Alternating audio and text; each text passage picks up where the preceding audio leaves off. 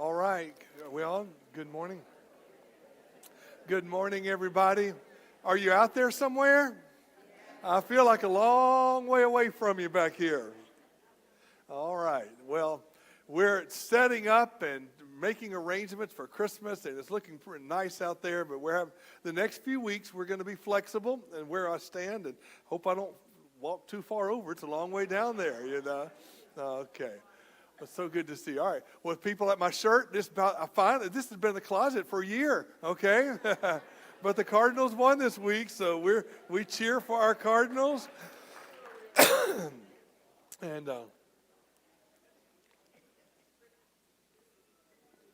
remind you, we got so many things coming up. Just be in prayer for Pastor Dave. It is just busy with all the activities. How many of you came to Handel's Messiah? Wasn't that wonderful? Just wonderful there. And then this Sunday, our BHC singers will sing their special. I don't even know how to pronounce it, but it's going to be wonderful. And Agnus Dei. Agnus Dei. And what? Dei. Okay, all right. All right. So that.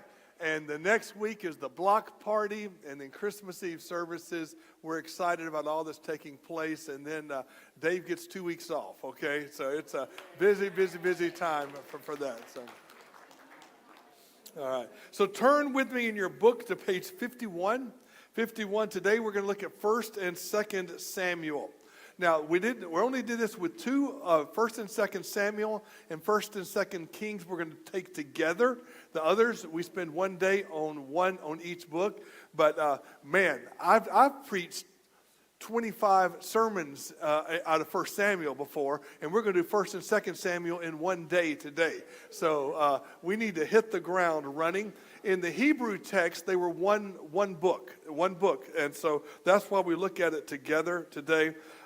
It begins in the times of the Judges, which was probably the low point in Israel's history, and it goes all the way until David is king to the high point of Israel's history. Isn't that interesting? It begins at the lowest point, the time of Judges, but probably when David was king, that was the high point of the history of Israel right there. But through the influence of Samuel, he helped revive them and bring them back to God. Now, the purpose of 1 Samuel would be to record the life and ministry of Samuel. And then when we get into 2 Samuel, it would record the life and the ministry of King David. So the main person in 1 Samuel would be transitioning from the Judges to Samuel, but 2 Samuel would be the transitioning from the period of the Judges to the Kings, and David would be the primary character in there. Now, when I look at this, 1 Samuel opens up with a woman named Hannah. Now, these Christmas trees I can't see. Pat and Ruth Ann, you're hiding from me over there. Okay. And 1 Samuel opens up with a lady named Hannah and her husband Elkanah.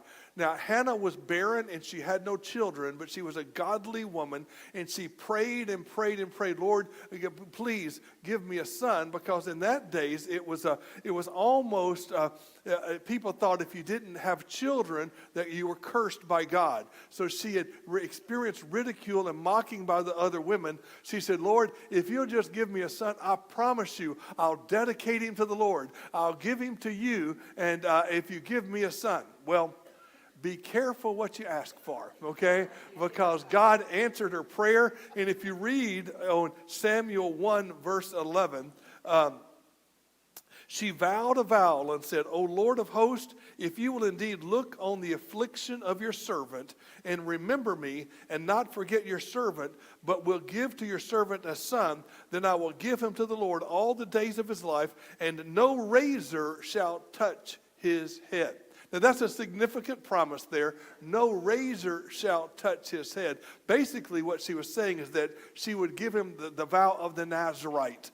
the Nazarite vow. If you were dedicated to God to be a Nazarite, you would never cut your hair. No alcohol shall ever touch your lips. Sounds like a Baptist, doesn't it? Okay? A Nazarite and a Baptist are very close. And so no razor shall touch his hair. No alcohol shall touch his lips. He shall not come into contact with a dead body and be unclean. So they had strict rules for the Nazarites. And so she said, that's how serious she was. If you give me a son, I'll make him a Nazarite. I'll dedicate him to the Lord right there.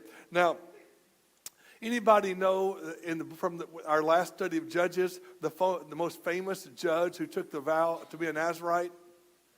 Samson. Remember Samson? Samson took the vow, and probably I haven't studied. Maybe John the Baptist was a Nazarite, but Samson was that Nazarite. No hair, and his strength was in his hair. Well, as we see in the story of Hannah, God blessed her, and she gave birth to a son. She named him Samuel. And after she was weaned, oops, I need to cut these off. Okay. And after Samuel was weaned, she brought him to the temple and dedicated him to the Lord. And he lived there. He grew up in the temple, working under the priest Eli. So he was like the Aaron boy. He was like the child. He grew up learning the ways of the priesthood, learning the ways of the judge, learning observing the priest and doing all the things in the temple. So that was the story. And even though the priesthood of Levi, the priesthood of Eli, as we will see, was corrupt because of his two sons, God protected Samuel, and he grew up knowing God and serving God right there. So when I think about that, when we came, so let's start with that. So the book of Judges, the period of the Judges lasted about 200 years. And that was the darkest point of Israel. And now Eli and his two sons, but Samuel will be the one who will resurrect them, as we will see. Now the key people would be Eli, the high priest and the judge of Israel. He judged for over 40 years. We're going to learn about Eli, but we're also going to learn about his two sons, Hophni and Phinehas.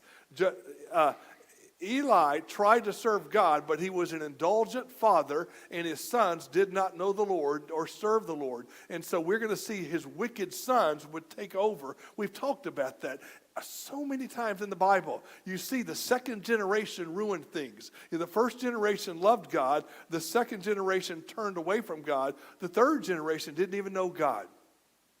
How many of you could point to your families and say the same thing? How many of you who had businesses could say the same thing? First generation built the business. The second generation, destroyed the business.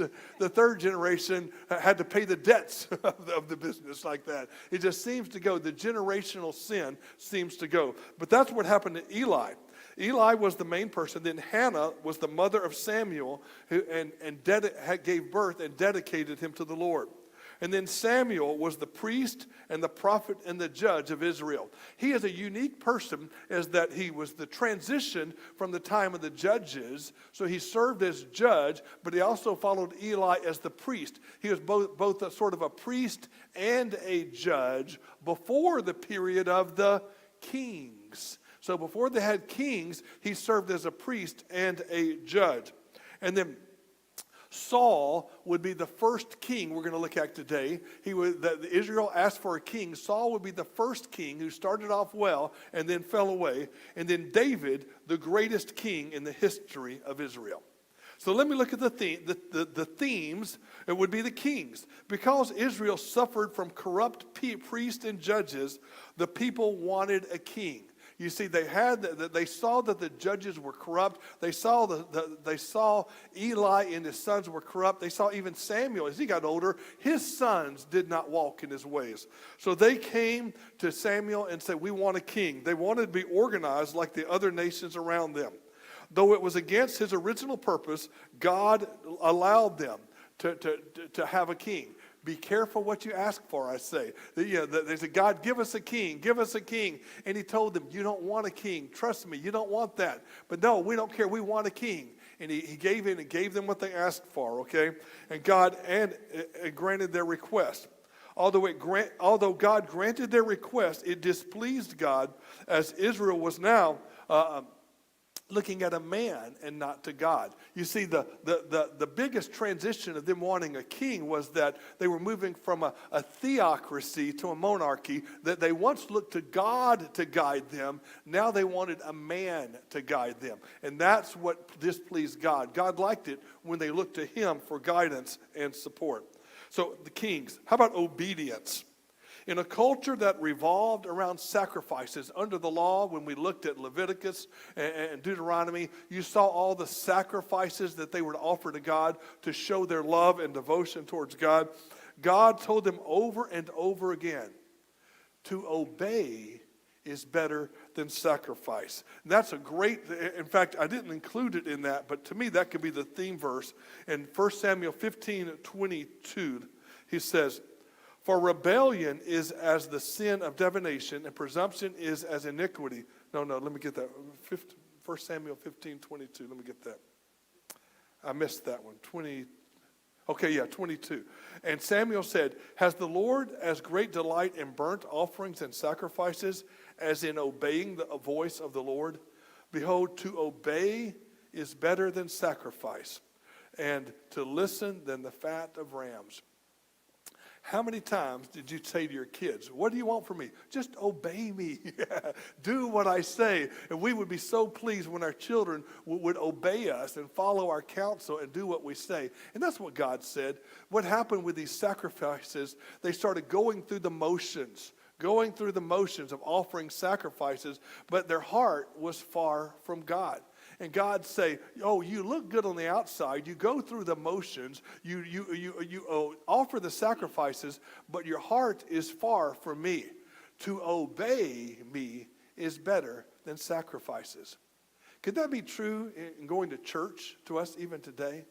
We get so caught up in the sacrifices. We get so caught up in the rituals. We dress up. We go to church. We stand up. We sit down. We put an offering in the plate. We eat a donut and we go home, And we've done what we're supposed to do.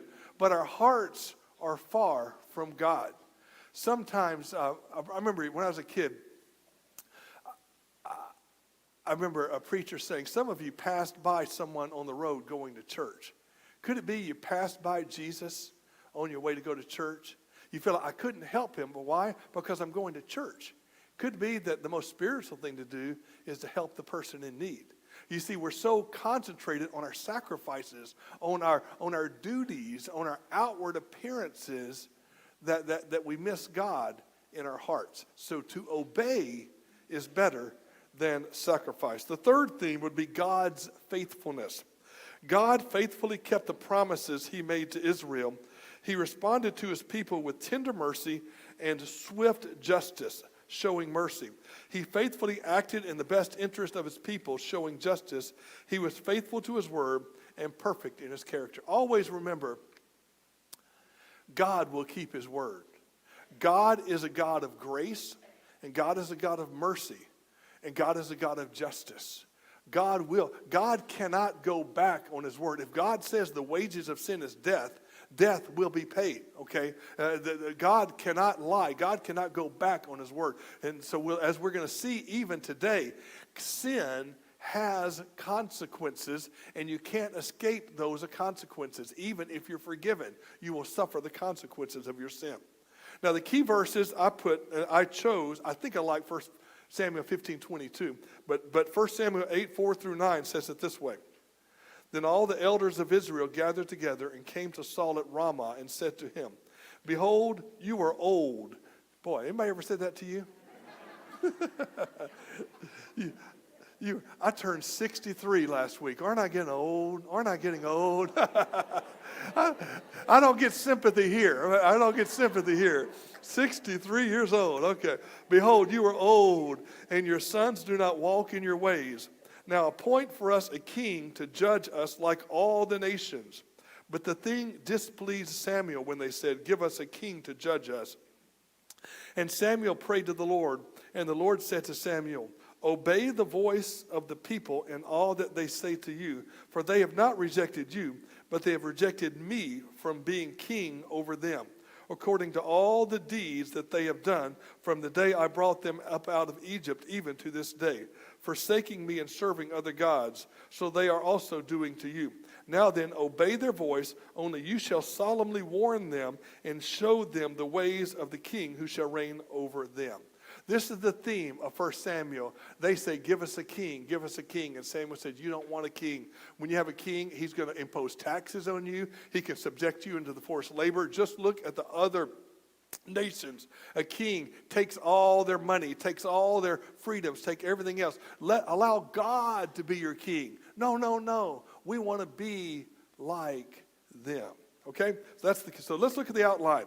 I've divided into about 5 or 6 different sections here, and I want to spend ample time on each of these. The first one is Eli and Samuel, chapters 1 through 7. So Eli was the priest in Israel, and Samuel was born near the end of Eli's life. Samuel's mother dedicated him to the Lord, and Samuel grew up as a priest in training. He grew up in the temple as a Nazirite living in the temple. Although the nation fell away from God, God prepared Samuel to lead Israel back to God. Now, Eli had 2 sons, Hophni and Phinehas, and the Bible calls them worthless men. The Bible describes, wouldn't that be great? Oh, you're 2 worthless sons, okay? The Bible describes 3 ways they rebelled. I'm going to read 1 Samuel 2:12.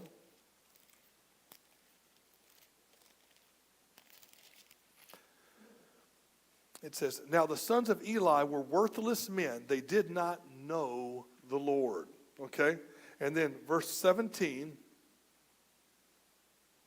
Thus the sin of the young men was very great in the sight of the Lord, for the men treated the offering of the Lord with contempt. And then there, verse 22, it says, now Eli was very old, and he kept hearing all that his sons were doing to all Israel, and how they lay with the women who were serving at the entrance of the tent of meeting. So 3 things they did. Number 1, they had no knowledge of the Lord. They did not know the Lord. So Eli loved the Lord, and so, as a pastor for all my life, you've heard the stories of preacher's kids. Have you heard those? Oh, he's a preacher's kid. Got to watch out for those preacher's kids. More than anything else, my prayer has always been that my sons know the Lord. And my personal prayer is that I am the same at home as I am in front of you. Because that's probably the main reason preachers' kids grow up not knowing the Lord, because dads acts one way at church, but he acts a different way at home. So I pray for my sons. My sons are grown. One's 93, and one's just turned 30 this month. Wow, I am old. One's 30 and one's 26, and Stephen is growing vibrant. He could be called to ministry. He's a great friend. So, Michael's searching, and loves God. He comes, but he's just a different praying for Michael. So pray for Michael. But the goal has always been that we want to give an example for them, and so I want to so live my life before my sons that they know Dad is the same everywhere he goes. And so that's what my sons, I want my sons more than anything, more than growing a great church, more than anything else. For me, my family comes first. My family is what I love. So I want my sons to know the Lord. Eli's sons did not know the Lord. Secondly, they treated the offering of the Lord with contempt. They just went through the motions. They were the priest. They were in charge of leading worship, and they just went through and just threw the offerings and didn't pay any attention and did what they wanted to do. Third, I guess this is the big one, they slept with the women who served at the tabernacle. Yeah, they abused their position of power to influence these women, and they committed immorality with them. So Eli, when I think about Eli, he was both a judge and a priest. He ministered for over 40 years, but he was an indulgent father. He didn't pay attention to his sons. He let them run rampant, and all of a sudden his sons were immoral, and they took over the roles as priests. So he had immoral, ungodly people who did not know God leading them as priests, okay? So there was moral corruption in the nation, and God had warned Eli over and over again. God had warned him him that he would suffer the consequences if he didn't get a hold of his household. Friends, I don't have to agree with God. God is God, okay? He doesn't have to consult me. But one of the things that we always hear about pastors, especially conservative pastors who believe the Bible, is that if you look at the qualifications for a pastor or an elder, that he'd be a husband of one wife, that he manage his household well. And so my wife always tells me, Rob, if I ever mess up, first he says, they'll be on my side. You know that, don't you, Rob? And secondly, you'll lose your ministry. And so even though we don't understand that or don't always agree because we're sympathetic to pastors, that if they have rebellious kids or they have divorced or committed immorality, that they're not qualified to serve as a pastor.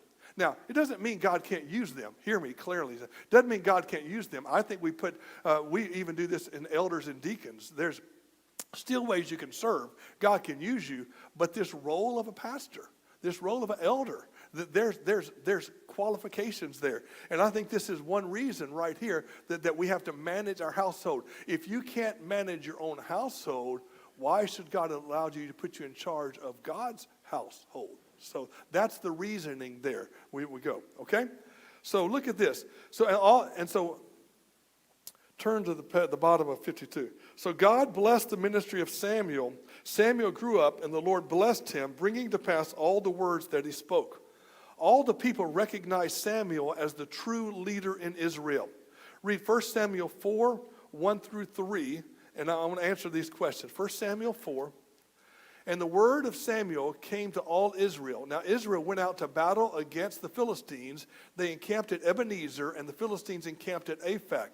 The Philistines drew up in line against Israel, and when the battle spread, Israel was defeated before the Philistines, who killed about 4,000 men on the field of battle.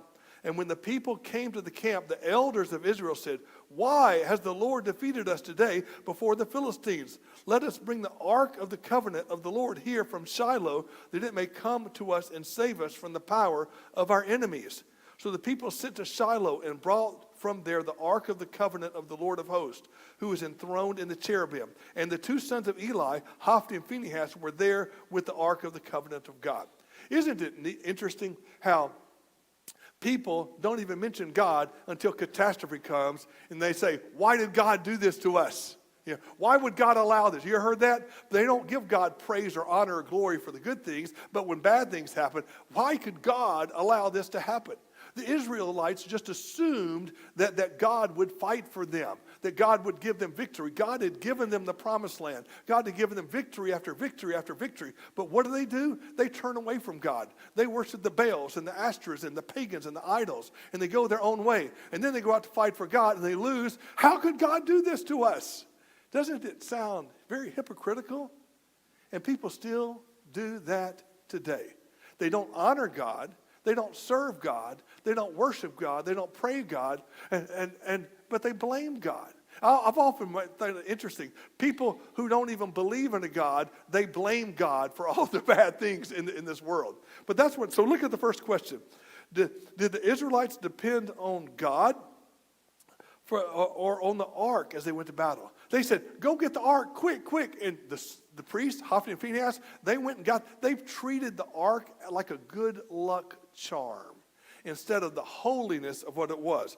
They depended on the ark instead of God. They look in this like an idol, like it was a good luck charm. Let me read chapter 4, verses 10 and 11. He says, "So the Philistines fought, and Israel was defeated. And they fled every man to his home, and there was a great slaughter, for 30,000 foot soldiers of Israel fell. And the ark of God was captured, and the two sons of Eli, Hophni and Phinehas, died."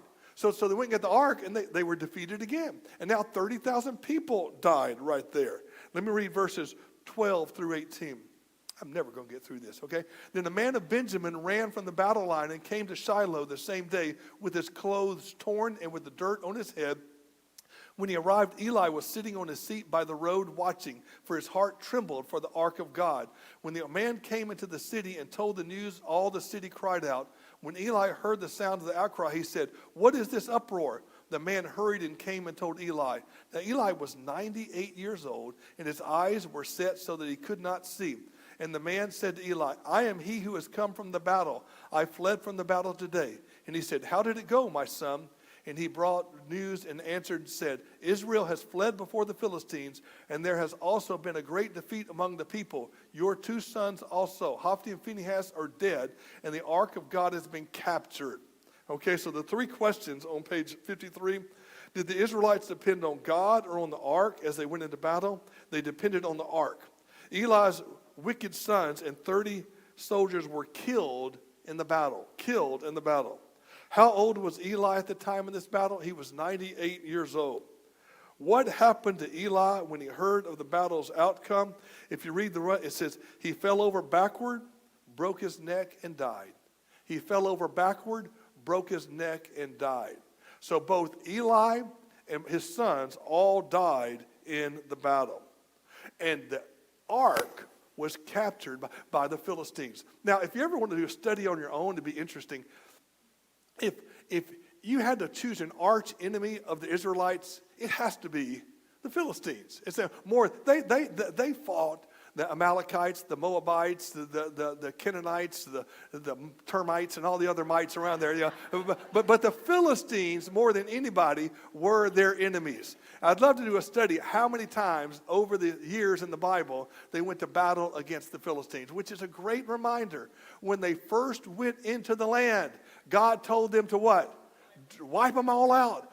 He said, I will wipe them out. But they didn't, and they allowed them to stay there, and that was their nemesis because they didn't drive them out when they were told. So the Philistines now capture the ark, and they take it to their temple of Dagon, who was a fake and false god. That was their main god, Dagon, but they worshiped many gods. And so they just went and put the Ark of the Covenant right next to the idol, the statue of Dagon, sort of like a god shelf. Their gods were like their trophies. These are our gods. Now we've got now we have the Israelite God on our side. But I don't think I've got the scripture in there. But what happened was they put the ark next to Dagon. The next morning, Dagon fell down, face forward, and broke his arms. They put him up. The next time, he fell down again. And people started getting sick. And people started dying. And they started fearing. So they said, "Get that ark out of here." And they said, "Take it back to Israel." So even though they captured the ark, the ark brought them so much trouble, they sent the ark back to Israel. Okay? And so pick it up in number 2, 2 Samuel chapters 8 through 15. So when the people repented of their sins and turned to the Lord blessed them and gave them victory over the Philistines. And this is when Samuel came. So after Eli and Phinehas, Hophni and Phinehas died, Samuel became the judge and the priest over Israel. And he started leading them, and they started coming back to the Lord. So Samuel served as judge. He helped them settle disputes and solve their problems. As the people of Israel saw Samuel getting old and his sons lacked the integrity of their father, what request did they make? Samuel's sons followed the same path as Eli's sons. They did not walk in the ways of their father. So pick it up in 1 Samuel 8, 1 through 5. When Samuel became old, he made his sons judges over Israel. The name of his firstborn was Joel, the name of his second Abijah. They were judges in Beersheba, yet his sons did not walk in his ways, but turned aside after gain. They took bribes and perverted justice. Then all the elders of Israel came together and came to Samuel at Ramah and said, "Behold, you are old, and your sons do not walk in your ways. Now appoint us a king to judge us like all the nations." I'm going to stop there. They asked him to appoint a king over Israel like all the other nations. And the request was not so much that they would have a king, it's whom they would place their trust. Before, they looked to God to guide them. Now they wanted to look to a man to guide them. In wanting a king, that they were rejecting God. You say they wanted a strong human leader to protect them and defend them. And so their trust was now in man and not in God. And I say this, all that where we fail in our nation today, many of us, we depend on government instead of God. We look to government to give us a handout, government to give us health care, government to do that. In government we trust instead of in God we trust. And so we need to be very careful that we don't fall to that and look to a king to protect us instead of looking to God. You look at every culture, every nation in the history of the world, when a king gets too powerful, the Caesar is God. They become the God to the people because the people trust in the king instead of God. Now Samuel warned them of the cost.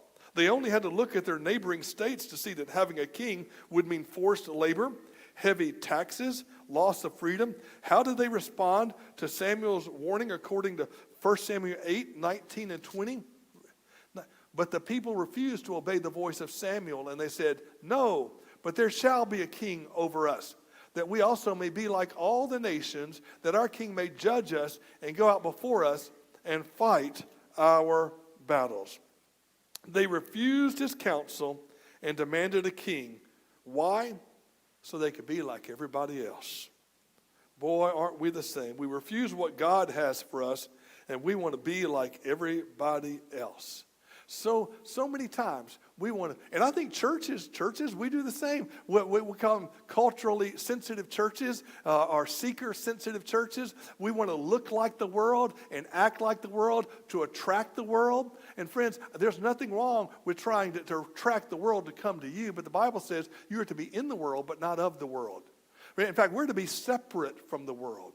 We're to be distinct from the world. I want people to look at us and not say, "Oh man, I don't want to be the cool church that looks like everybody else." I want to look so different that they say, what makes you different? So we can say Christ is what makes us different. But there's a security in being like everybody else, following the crowd. And following the culture, blending in with the crowd. They wanted to be like everybody else, and that's why they wanted a king, okay? So in chapter 10, we see their first king. Samuel anointed Saul as Israel's first king. Now, what they liked about Saul, he was tall, strong, and handsome. And Saul started out as a good king who was humble and meek. You know, Samuel went looking for him. He was hiding among the suitcases back there. But he anointed him as king because that's what the people asked for. In 1 Samuel 11, 6 and 7, the people rallied around Saul. And for the first time since Joshua, the nation was united under one leader. Saul led the Israelites to victory over the Ammonites, and they began making sacrifices to God. So the people rallied around Saul because he was a charismatic leader, and they said, "That's the guy we want to lead us." And all our faith was in Saul. He gives them a great victory, and national feelings are high, and patriotism is growing high. But Samuel gives them a warning in 1 Samuel 12, 24 and 25. He says, "Fear the Lord and serve him faithfully with all your heart. For consider what great things he has done for you. But if you still do wickedly, you shall be swept away, both you and your king." It's like they want a great victory. And Samuel says, fear God. Fear God. If you don't, you'll be swept away, you and your king. Don't think you're invincible. Friends, in good times, we need to fear God. Because it can all be just like that. Just like it can be taken away. And they were celebrating their victory, and they thought Samuel was a spoiled sport. Instead of saying, "Oh, all hail King Saul, all hail King Saul," he says, "Keep your eyes on God. Keep your eyes on God. Don't forget God." What happens is when we call out to God to help us, to save us, and God saves us and he helps us, and then we start doing well, and we get victory after victory, we start to, "Hey, I did that. And we start taking credit for ourselves instead of giving glory and honor to God. So even when God gives you a victory, you need to honor God and fear God and say all glory goes to God. That's why I'm not a showman on these sports shows, but I do respect the athletes who, when they do an interview, the first thing they'll say is, I want to give glory to God. I want to give glory to God. Now, the people always usually bleep it out and don't let them say that. But that's what they're doing. They're trying to say, first and foremost, I want to know it's not me, but it's Christ in me. Every good and perfect gift comes from God. And we need to do that as well. All right? So now they're doing well with Saul as king. Look down in, let me see this. Okay, the problem was they had put their faith in Saul, not in God. The question is, where do we put our faith? In our savings account? In Social Security? In government? A job? We always need to put our faith in God. Okay? Look at the bottom of page 53. In chapter 13, Saul becomes disobedient and arrogant when he takes over the function of a priest and offered a burnt offering.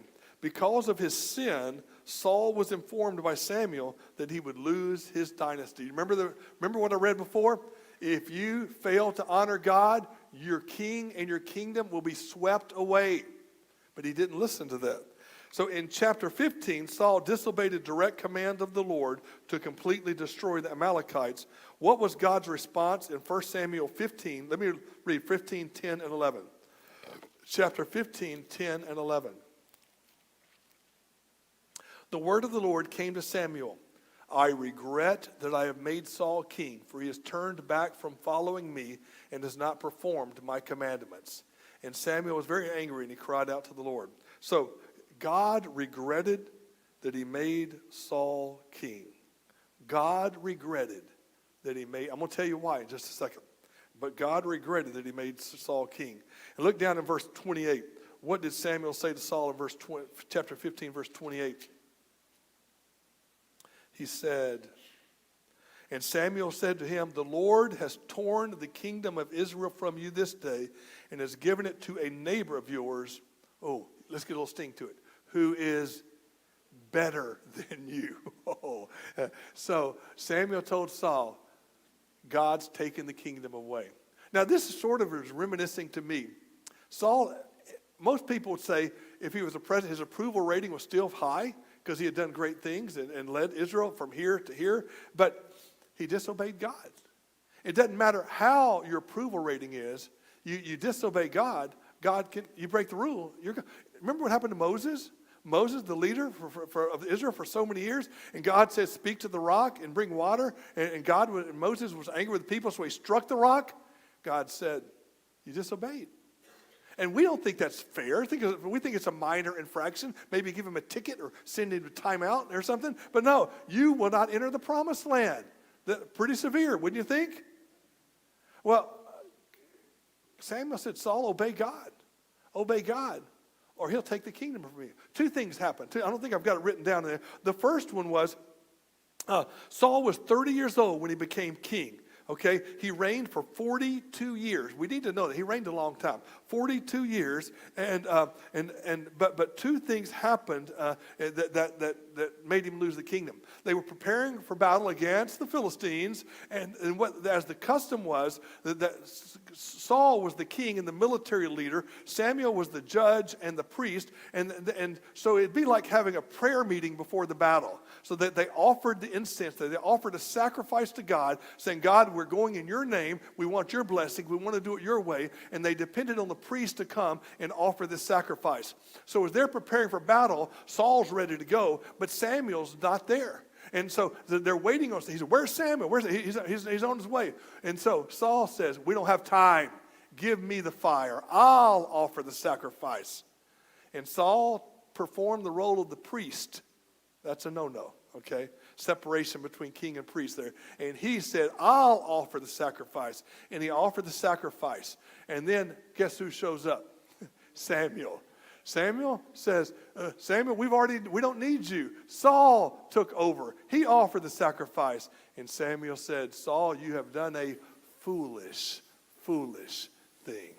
And so that's the first time. And then when they went to fight the Amalekites, they prayed, and God said, okay, you go fight the Amalekites. I will give you victory over them.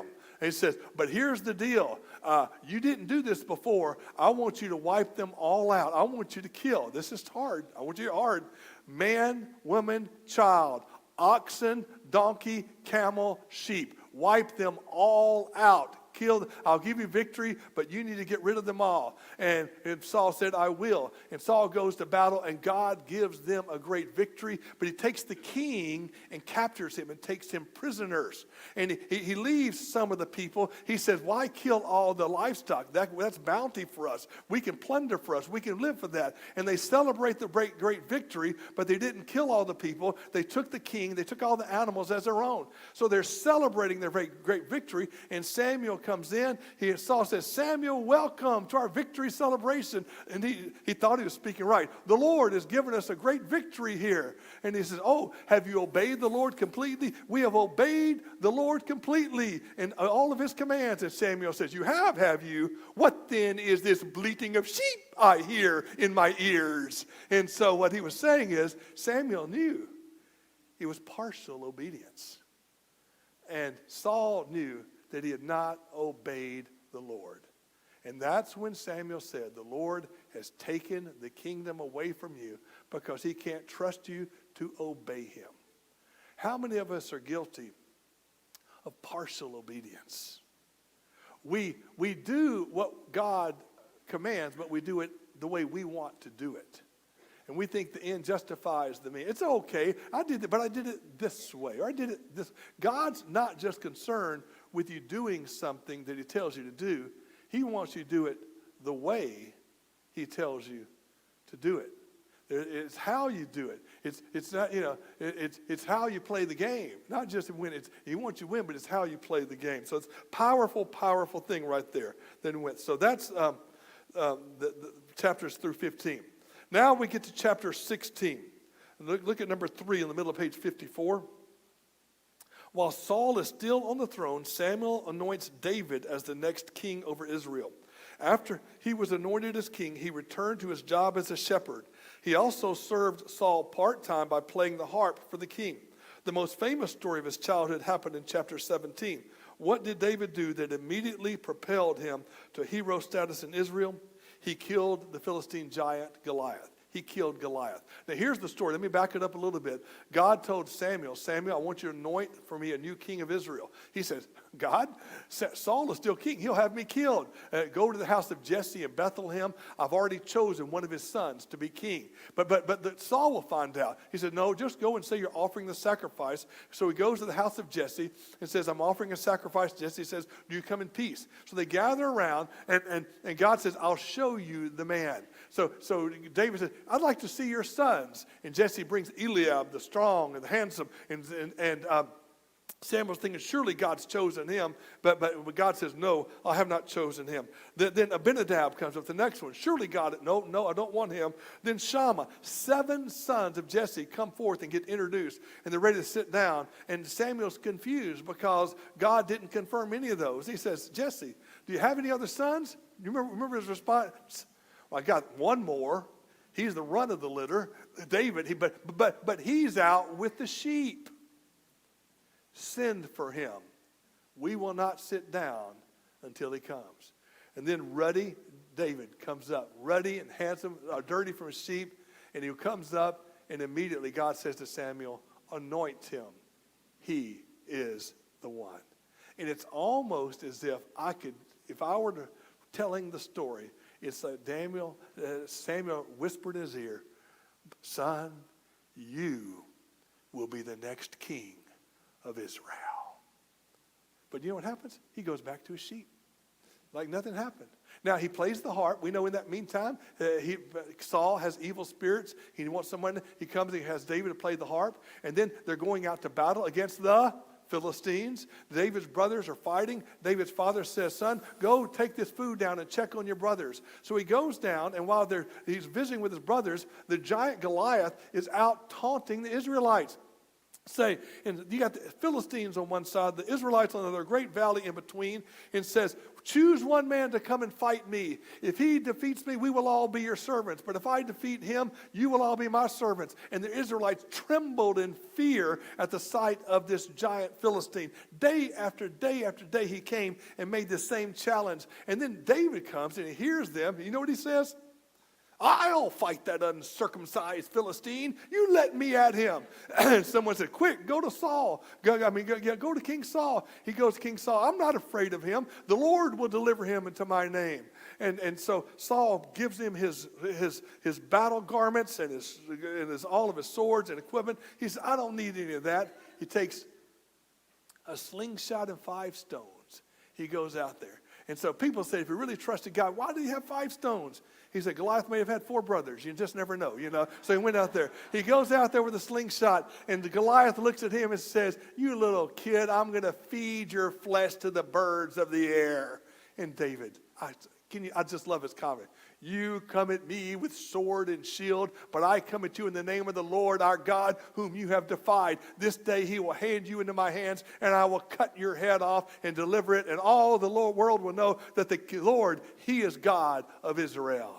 And he slew the giant Goliath.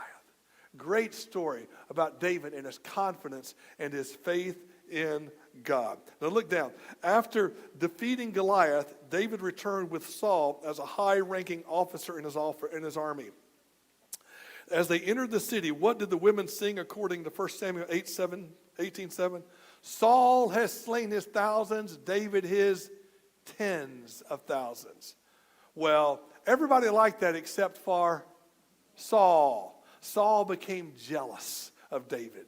And Saul tried to kill David. The next few chapters were all about Saul trying to get ways. He tried to throw a spear at him, and then David had to flee Saul and run and hide for many years. But David's best friend was Saul's son, Jonathan. And Jonathan came to his aid and protected him. And many times while David was fleeing Saul, he had the opportunity to kill Saul, but he would not. He would not lay a hand on the Lord's anointed. And he would not kill Saul. He waited till Saul died, and then he became king over Israel. Okay? Look down at number 4, David's successes. And now we get to 2 Samuel. After the death of Saul, God told David to go to Hebron. It was in Hebron where David was anointed as king of Judah. At the same time, Ishbosheth was made king over Israel. Judah was the tribe of Judah. Then Israel would later be known the northern kingdom, okay? After a few years, Ishbosheth was assassinated, and the rest of the tribes of Israel put their support behind David. According to 2 Samuel 5:6-9, what was his first project as king? Well, he captured the city of Jerusalem, and he called it the city of David. You go to Israel today, Jerusalem, you got the old part. It's called the city of David. So Jerusalem became the centerpiece, the capital, where David would set up his kingdom right there. The top of page 55. After David established the capital in Jerusalem, he wanted to bring the Ark of the Covenant to the city as well. Read 2 Samuel 6:1-7 and describe what happened when he attempted this. If you know the story in 2 Samuel chapter 6, let me turn. They went and they got the ark, and they were moving the ark, and then I believe it was Uzzah and Ahio. The ark stumbled, and Uzzah grabbed it just to keep it from falling, and this once again burned. It was holy. You don't touch the ark. Even in the wilderness, remember they had rings and poles to carry the ark? No one touched the ark, but because he touched it and grabbed it, God struck them dead, and they went back, and they left the ark there. And then later, David prayed to God, and he went back with reverence and did everything just the way God commanded. You people, isn't it enough that David wanted to bring the ark to Jerusalem? No, it's not enough, because it was the way how he was to bring the ark to Jerusalem. And this time he did it right, and he brought the ark back to Jerusalem. And later it would be when Solomon would build the temple, it would be in the Holy of Holies there. And it remained there until Nebuchadnezzar conquered Jerusalem, and it disappeared. And, only Harrison Ford knows where it is today. I'll say, we don't know where it is. So when was it there? A lot of assumptions, but we just don't know. All right?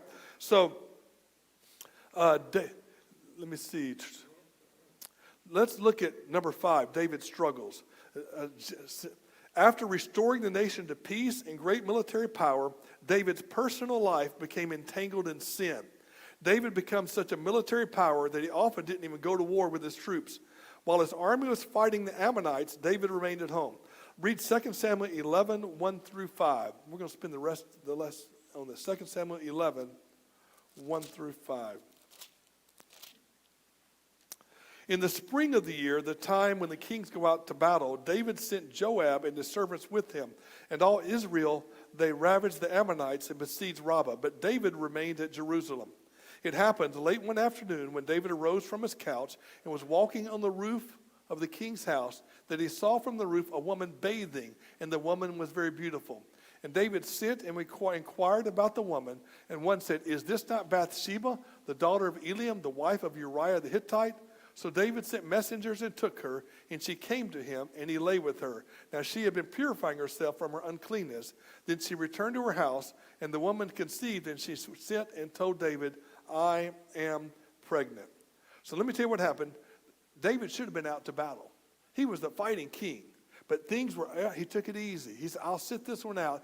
Joab is fighting. He's sitting in the springtime. He's bored. He's strolling on the house. He looks over and he sees a woman taking a bath. Someone said her name's Bathsheba because they saw her taking a bath. I don't know about that. But he wants her. He calls for her. He lays with her. She goes home and he says, "I am pregnant." Now he's in a pickle. What does David do? Here's the rest of the story. He said, "Whose wife is she?" Uriah the Hittite. "Send for him." He brings Uriah, and he pretends to want to report. "How's the battle going? How's Joab doing? Give me a report." And he gives him about it. He said, "Thank you for the information. Here's the deal. You've been very helpful. Go home, get a good night's rest, and then go back to the battlefield tomorrow." But Uriah was a good soldier. "How can I go sleep in the home of comfort of my home while my fellow soldiers on the battlefield?" They wake the next morning, he's at the king's gate. David said, "Oh, plan A didn't work. So bring him back again. Hey, let's have a party." He gets him drunk and gets him all fed up. He said, now he points him in the way of home. Now go home. He comes back and sleeps at the gate. And David says, "Hey, I gave you the chance. Take this note to Joab." He takes the note to Joab, and Joab reads it. It says, "Put Uriah on the front lines where the fighting is most fierce. When the fighting is strong, withdraw from him." And Joab didn't understand it, but he obeyed his master, and he did that. And then word comes back, Uriah the Hittite is dead.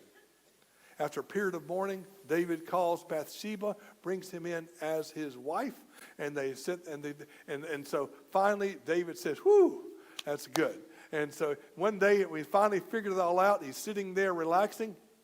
And Nathan, you know who Nathan is? Nathan is a prophet. "Oh, Nathan, how are you doing there?" "I'm doing fine." And Nathan, "Oh, king, I'd like to tell you a story." "Oh, I love stories." "There were two men, one rich and one poor. The rich man had many flocks and herd. The poor man had one little lamb. But one day, a visitor came to visit the rich man, and instead of using his flocks, he took the one lamb of this poor man and slaughtered it and gave it to his guest. And David burned with anger. How dare this man do that? He should be killed for his actions." And Nathan looked at the king and said, "You are the man. God has blessed you and given you a great kingdom, many wives, whatever you've asked, he gave to you. Uriah has one wife whom he loved dearly, and you took her. Even worse, you covered it up by having him killed." And David said, "I have sinned against the Lord."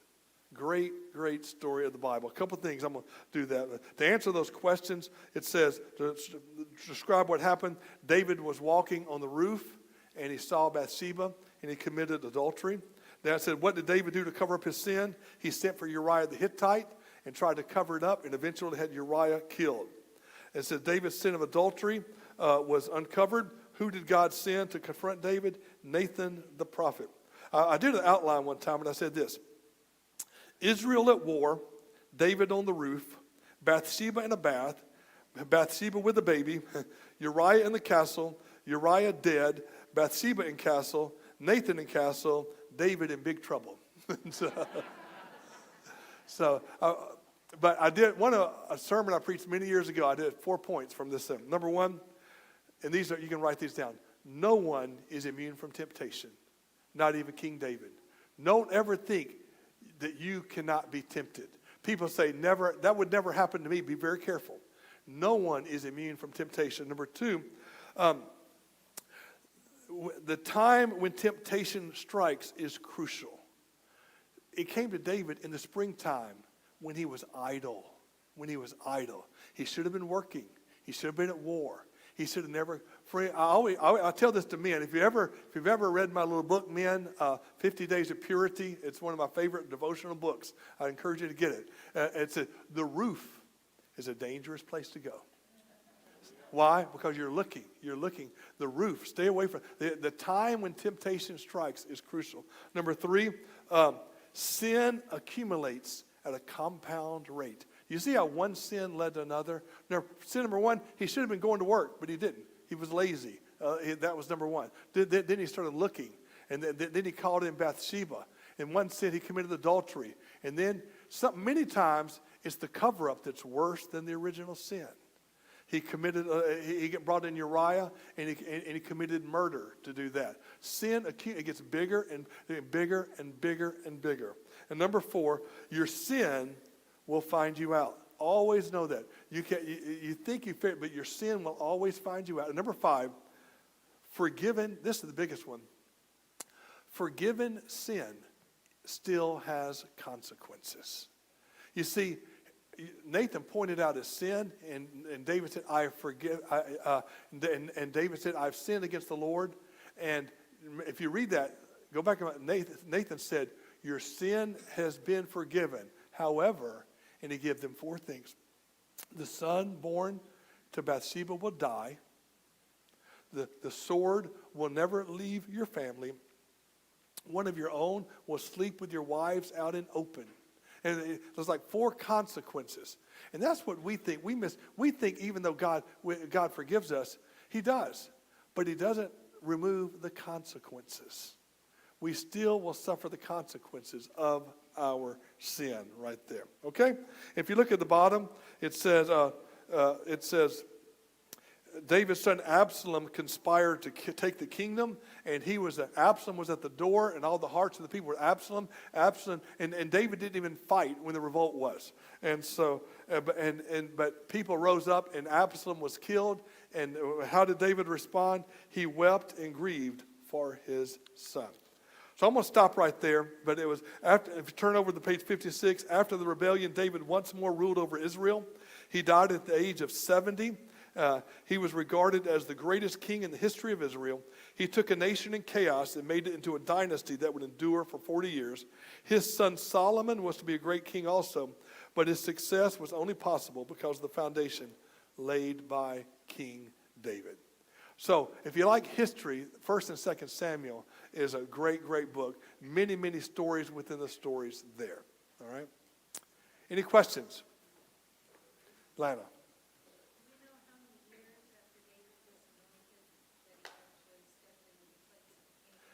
The question was, did he step into sin?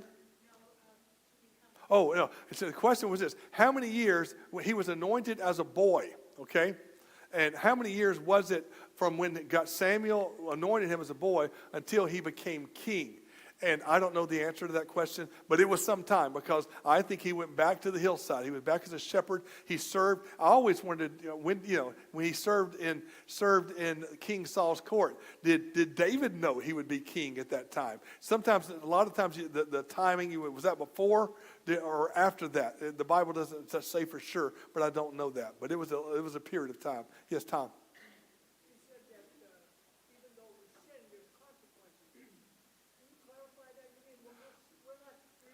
Okay, yeah, okay. You're free from the eternal consequence of the wages of sin is death. Okay, but just say my son. He hit his brother and he scratched up the wall and he disobeyed me, and I said, son, you have disobeyed us. Go to your room for the rest of the day. And he comes out to me 5 minutes later and says, I'm sorry, I was wrong. I said, son, you're forgiven. And then he said, okay, I'm going to play ball. No, you're not, son. I forgive you, but you still have consequences. So you're forgiven from the eternal consequences, but when you make a choice, you will still have earthly consequences for the choices that you make. Okay. Let me say a prayer. God in heaven, I love you. Thank you for the life of David and Samuel and the great examples they give for us. Help us to learn, even from their failures, that we're all sinners in need of a Savior. Help us learn that you want us to follow you and obey you, but we want to follow the way you tell us to follow you and obey you. That to help us to learn that to obey is better than sacrifice. You want our hearts. When you have our hearts, our deeds will follow. This is our prayer in Jesus' name. Amen. God bless you.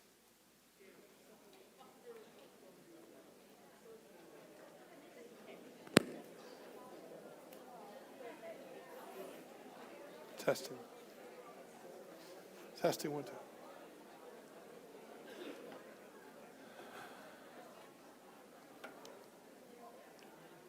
Good morning. Good to see you. My mic's